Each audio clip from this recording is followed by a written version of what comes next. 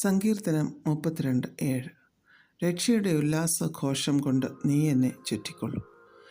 ഈ സങ്കീർത്തനത്തിൽ ദാവീദ് തൻ്റെ പാപങ്ങളെ ദൈവസന്നിധിയിൽ ഏറ്റുപറയാതിരുന്നപ്പോൾ താൻ അനുഭവിച്ച വേദനയും, ഏറ്റുപറഞ്ഞ് ദൈവവുമായി നിരപ്പ് പ്രാപിച്ചു കഴിഞ്ഞപ്പോൾ താൻ അനുഭവിച്ച സന്തോഷവും സംരക്ഷണവും വ്യക്തമായി പറഞ്ഞിരിക്കുന്നു.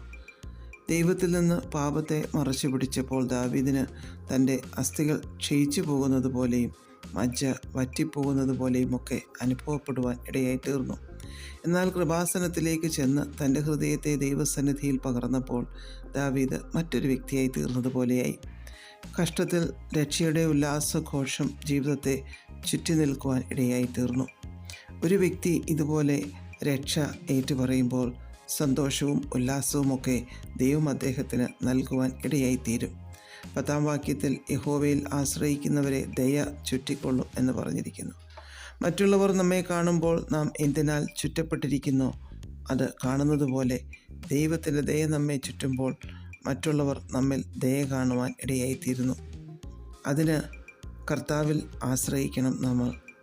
ക്രിസ്തുവിൻ്റെ ഒരംശം അപ്പോൾ നമ്മിൽ കാണുവാൻ ഇടയായിത്തീരും.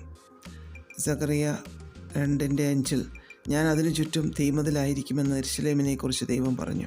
എന്നാൽ നമുക്ക് അതിനെ നമ്മുടെ ജീവിതത്തിലേക്ക് എടുക്കാം, നമ്മുടേതാക്കി മാറ്റാം. ദൈവസാന്നിധ്യം ഒരു തീമതിൽ പോലെ നമ്മെ ചുറ്റി നിൽക്കും. മതിൽ സംരക്ഷണത്തെ കാണിക്കുന്നു.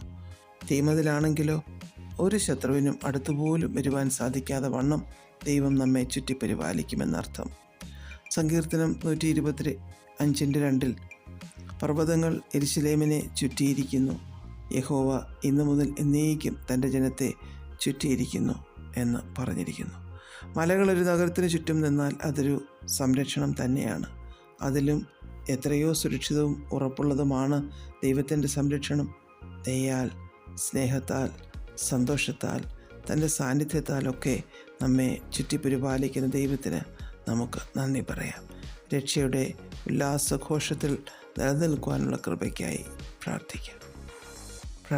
പ്രിയ പിതാവേ, അങ്ങയുടെ ആഴമേറിയ സ്നേഹത്തിനായി നന്ദി. യേശു ക്രിസ്തുവിൻ്റെ നാമത്തിൽ ആമേൻ. God bless us all.